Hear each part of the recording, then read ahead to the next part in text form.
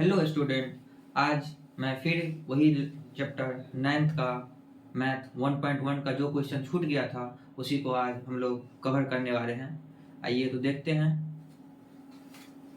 ये हमारा 4 नंबर का क्वेश्चन रह गया था, मतलब छूट गया था उस दिन। इसको आज हम लोग फिर से देख रहे हैं कैसे बनाना है। यहाँ लिखा गया है, नीचे दिए गए कथन सत्य है या असत्य, कारण के साथ अपने उत्तर दीजिए। तो पहला नंबर क्या है, प्रत्येक प्राकृतिक संख्या एक पूर्ण संख्या होती है। यहाँ बोल रहा है प्रत्येक प्राकृतिक संख्या एक पूर्ण संख्या होती है। अब हम सबसे पहले इसको पता करना, प्राकृतिक संख्या किसको बोलते हैं और पूर्ण संख्या किसको बोलते हैं। उस दिन हम लोग ने ये बात पता किए थे, जो प्राकृतिक संख्या किसको बोलते हैं। आइए हम देखते हैं प्राकृतिक संख्या किसको बोलते हैं। तो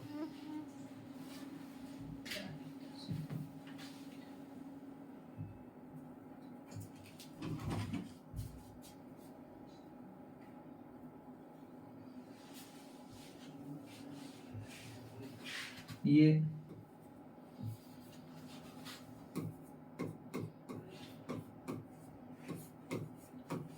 प्राकृतिक संख्या, प्राकृतिक संख्या उसको बोलते हैं जो 1 2 3 4 डॉट डॉट डॉट से शुरू होता है, उसे प्राकृतिक संख्या बोलते हैं। और पूर्ण संख्या वो होता है,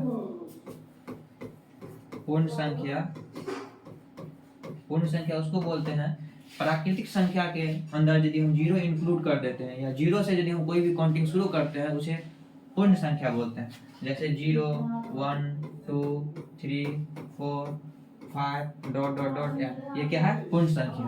अब हम यहाँ इस प्रश्न से देखते हैं कि यहाँ जो प्राकृतिक संख्या एक पूर्ण संख्या होती है, प्राकृतिक संख्या में क्या आता है 1 2 3 4, और पूर्ण संख्या में क्या आती है 0 1 2 4। ये ऐसा कहना असत्य होगा। क्या प्रत्येक प्राकृतिक संख्या पूर्ण संख्या, तो प्रत्येक प्राकृतिक संख्या 1 2 3 4 है, और पूर्ण संख्या क्या है हमारा 0 1 2 3, ये सभी नंबर ये पूर्ण संख्या के अंतर्गत आ रहा है। इसीलिए ये जो हमारा क्वेश्चन है ये क्या है, सत्य है। पहला नंबर का क्या हो गया, सत्य। प्रत्येक प्राकृतिक संख्या क्या है, पूर्ण संख्या होती है। प्राकृतिक संख्या क्या होता है 1 2 3 4, और पूर्ण संख्या क्या होता है 0 1 2 3 4 5। इसीलिए ये हमारा कहना सत्य है कि प्रत्येक प्राकृतिक संख्या क्या होती है, पूर्ण संख्या होती है। अब हम देखते हैं इसका कारण यही है, ये कारण है। कारण प्राकृतिक संख्या 1 2 3 होता है और पूर्ण संख्या 0 1 2 3 4 5 6 डॉट डॉट डॉट होता है। इसीलिए यह कहना हमारा सही है कि प्रत्येक प्राकृतिक संख्या क्या है, पूर्ण संख्या है। अब हम दूसरे सवाल की ओर बढ़ते हैं।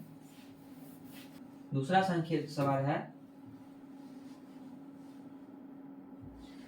सवाल ये है, प्रत्येक पूर्णांक एक पूर्ण संख्या होती है। अब पूर्णांक संख्या किसको बोलते हैं, पूर्णांक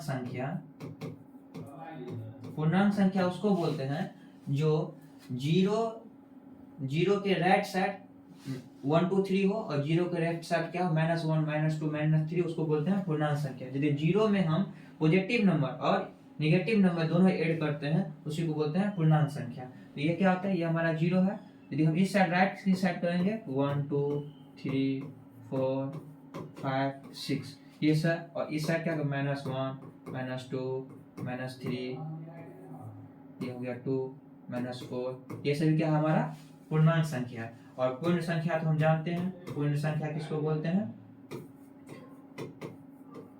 पूर्ण संख्या हुआ 1 2 3 4 0 1 2 3 4 5 6 डॉट डॉट डॉट।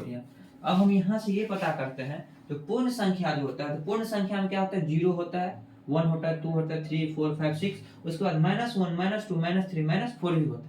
पर यहाँ पूर्णांक संख्या में -1 -3 -4 और 0 1 2 3 भी होता है, और पूर्ण संख्या में क्या होता है 0 1 2 3 4 5 6 डॉट डॉट डॉट। अब यहाँ देख पाते हैं हम कि ये पूर्ण संख्या जो है वो 0 से स्टार्ट होता है, 0 1 2 3 4 5 6 है।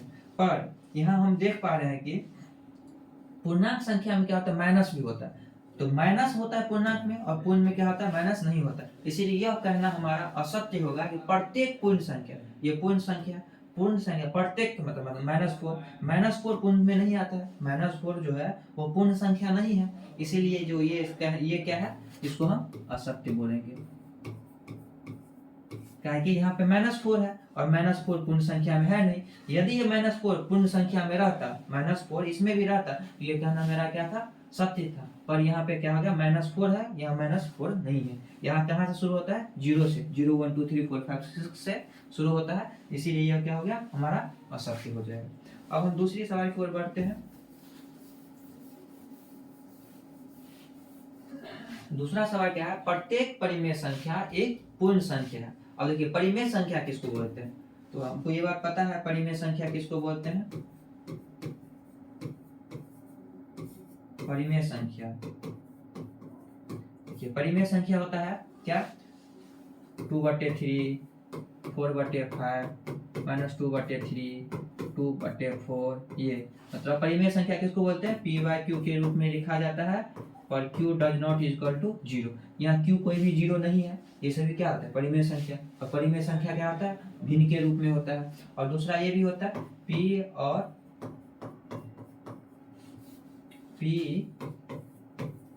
और